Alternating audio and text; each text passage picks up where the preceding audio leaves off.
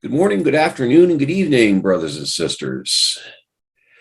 Great to be back with you here on Points of Light Radio, searching for knowledge and light here with you. I recently sat down and fellowshipped with a lady named Lorraine Cosmacini. Mrs. Cosmacini is a member of the Loyal Order of Moose. Just to give you some insight on this wonderful order, the Loyal Order of Moose is a fraternal and service organization founded in Louisville, Kentucky in the spring of 1888 by a gentleman named Dr. Henry Wilson. Originally, it was intended as purely a men's social club, but the Moose today allow both men and women. The Loyal Order of Moose is headquartered in Mooseheart, Illinois, and will be 137 years old this year. That's a lot of history. And just to give you part of that history, the Loyal Order of Moose has had and does have some prominent members of society in its ranks. Among those who've been part of it, of its past, were Presidents Warren G. Harding, Theodore Roosevelt, Franklin D. Roosevelt, and Harry S. Truman. There's also been numerous entertainers and athletes, both past and present, in its ranks. This has got to be one of the more storied organizations that we'll be studying. So let's have Mrs. Cosmacini shed some light. And are you still hungry for knowledge? Are you still thirsty for the light? Then just trim your lamp and follow me.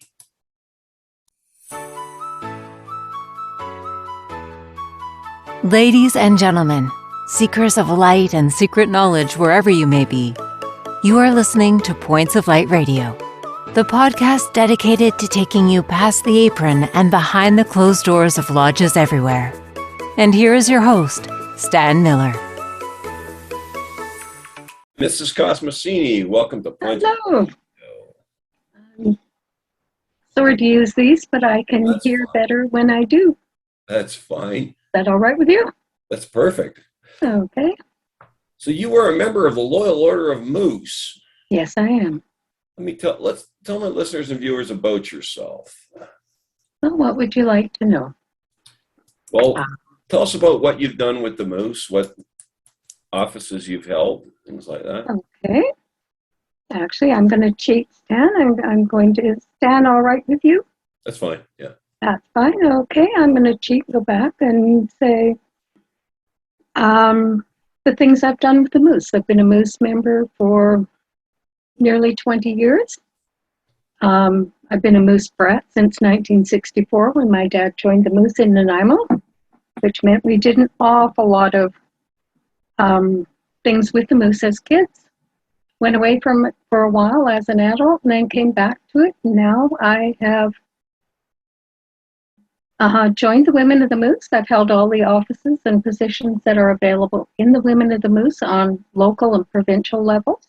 Exactly is Mooseheart, sorry. Mooseheart? Mooseheart is a city in Illinois. Okay. It's a 100-acre campus where we have sent or let kids go because as parents we want the best for them. If a woman has lost her husband or a husband has lost his wife, if kids are having severe difficulties at home and they are safer, away from drugs, away from whatever could be bad in their life, they can go to Mooseheart. It will take them in. They live in house situations, home situations. They've got parents, house parents, it's almost like fostering, but they still have good contact with the parents if it's advisable, I'm sure. It's year-round. It's a year-round. It's not like a summer camp. It's a year-round. Oh, no, this becomes their home. Okay. They actually, it becomes their home. It's not that they can't come and visit or their parents can't come and visit them if it's appropriate. They can, there's no problem. These kids are taught many, many, many things. Self-reliance, They learn that they have a real worth. A lot of kids come from situations where they don't feel like they're terribly worthy, where they've been, I won't say abused, but maybe just neglected. That's a much better word. They've been neglected. They're in situations that are not good for them. And when they get into the system of Mooseheart, there are places there. They make sure they have all the medical care they need, all the education they can possibly. If they're interested, it's there. Counseling, things like that. Counseling, things like that. Oh yes, a ton of it. There's counselors. If there's any issue, they make sure that they take care of it. I'm just trying to turn the voice up here because I can't. There. They take care of everything they can for that child. They enter to learn and leave to serve is the motto of Mooseheart. And when they leave Mooseheart, they have a real grounding in community service, in caring about other people and themselves, but other people. It gives them a real sense of belonging. So there's a phrase that is in one of our rituals that said, "No man ever stands so tall as when he stoops to lift a child." And really, I was thinking about that a lot, and I thought, if you think about that, even as an organization that fully embraces men and women, no one ever stands so tall as when they stoop to lift up a child. It's a no-brainer. If you're helping children and the people around you, which is what Moose is dedicated to do, then you can't stand taller. You really have made a difference. Now, is that what drew you to the Moose? Was like you said, it was in your family. Did you see this? Is that what drew you to the Moose? I think because it's in the family. My dad was a Moose member for years and years. There was a lot of that, but there was also the people that are in the Moose, that are drawn to the Moose, the fraternalistic behavior of those people. They care about the people around them. They care about the community that they live in, and they're willing to put themselves out to benefit those around who need help. It's also fun. They make it fun to help. But what I would like to know is, what are the qualifications for Moose membership? Well, qualifications. You have to not be a terrorist. I know, it always throws us. We laugh every time we see it. You have to be a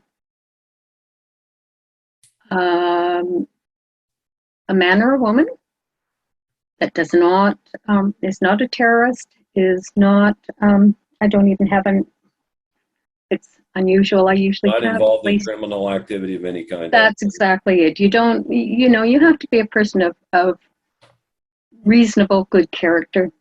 Mm-hmm. Someone you would invite into your living room, someone you would, even more, someone you'd invite into your kitchen. I always thought, I'd invite lots of people into my living room, but I wouldn't take them in my kitchen where I could sit down and be comfy. Yeah. I always thought if I could have them in my kitchen and we could sit and just be comfortable with each other, that's somebody that I might want as a Moose member. Because you want somebody that is caring, mm-hmm. that has a sense of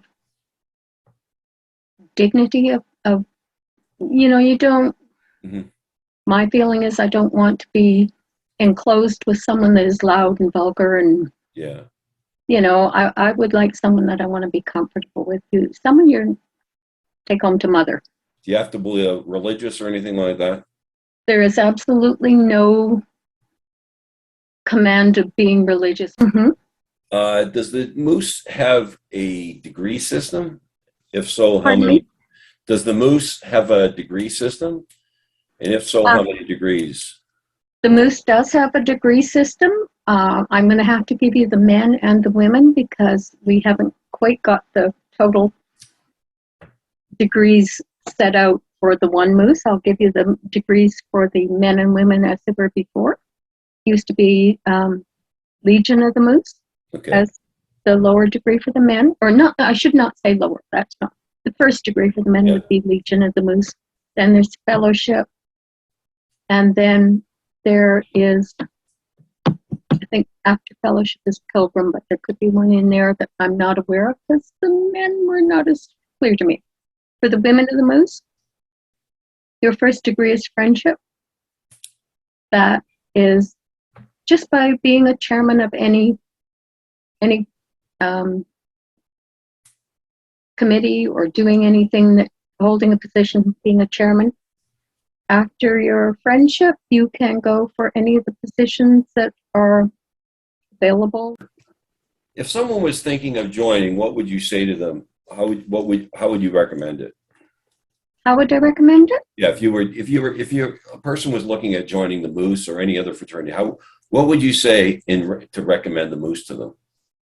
Well, I would say, are you interested in helping kids? Good. Do you like to help out with your own town? Do you want to do things in your community? Do you want to earn recognition? Because for some people, recognition is paramount. If they can't earn recognition, they don't want to be part of it. Do you like helping out? Do you like being part of something, or do you just want your name in the hat and so you can say I'm a Moose member, or I'm a Legion member, or I'm a Loyal Order of Wolves member? Do you just want to be able to say you're a member of an organization, or do you want to do something? Do you want to take part? Do you want to participate? Because really, most organizations find that the old 90-10 rule works. 10% do 90% of the work. Yeah. Some of us 10%, we really want to find some more because it gets a lot. And, one of the things that I'm going to read it to you. It says, a burden heavy to one is borne lightly by many. And that's at the core of the Moose organization. Okay, that's beautiful. So, Mrs. Cosmacini, we appreciate your time. Lorraine is fine, please. Oh, yeah. I'll be looking over my shoulder for my mother-in-law. I appreciate your time tonight, and you stay safe out there. I will, you too, and thank you for waiting. I do appreciate it. Thank you, ma'am. Have a good night. You too. Lorraine Cosmacini, brothers and sisters. Wonderful to fellowship with her. And I'm learning a little more as I go along here on Points of Light Radio. On a personal level, and this is what I'm finding, I find it interesting that Lorraine mentioned fraternalism in her family. Her father, for instance, was a member of the Moose before she was. And at least 2 or 3 of my guests have mentioned familial connections to these organizations. Right.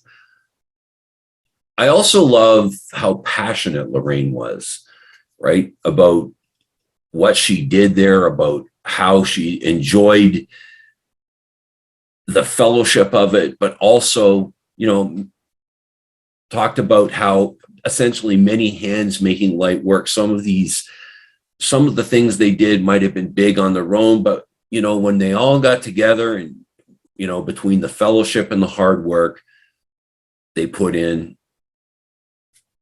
wonderful things were coming about. And I absolutely loved her quote that no one ever stood so tall as when they stooped to pick up a child. I keep, I hear these folks that talk about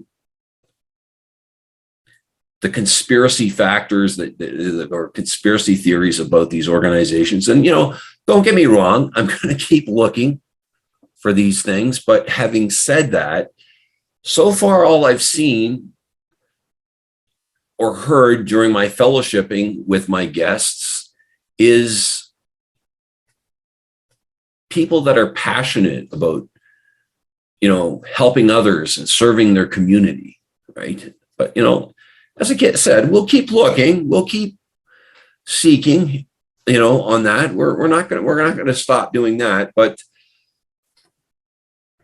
I'm afraid we'll have to part ways here for now, brothers and sisters. But before I go, I want to remind you that this podcast is available on both YouTube and Spreaker. Please share, like, and subscribe when viewing Points of Light Radio on YouTube. You can follow Points of Light Radio on my Facebook page at facebook.com/Points of Light Radio. My Twitter handle is at PO Light Radio. You can see the link to my Spotify channel in the details section of this segment. You can also see the link to the Points of Light store, where you can buy some of the merchandise available and represent this great journey that we're taking together. I also want to point out that Points of Light Radio is available to advertise your fraternal store or event. But until we meet again, brothers and sisters, just step into the light.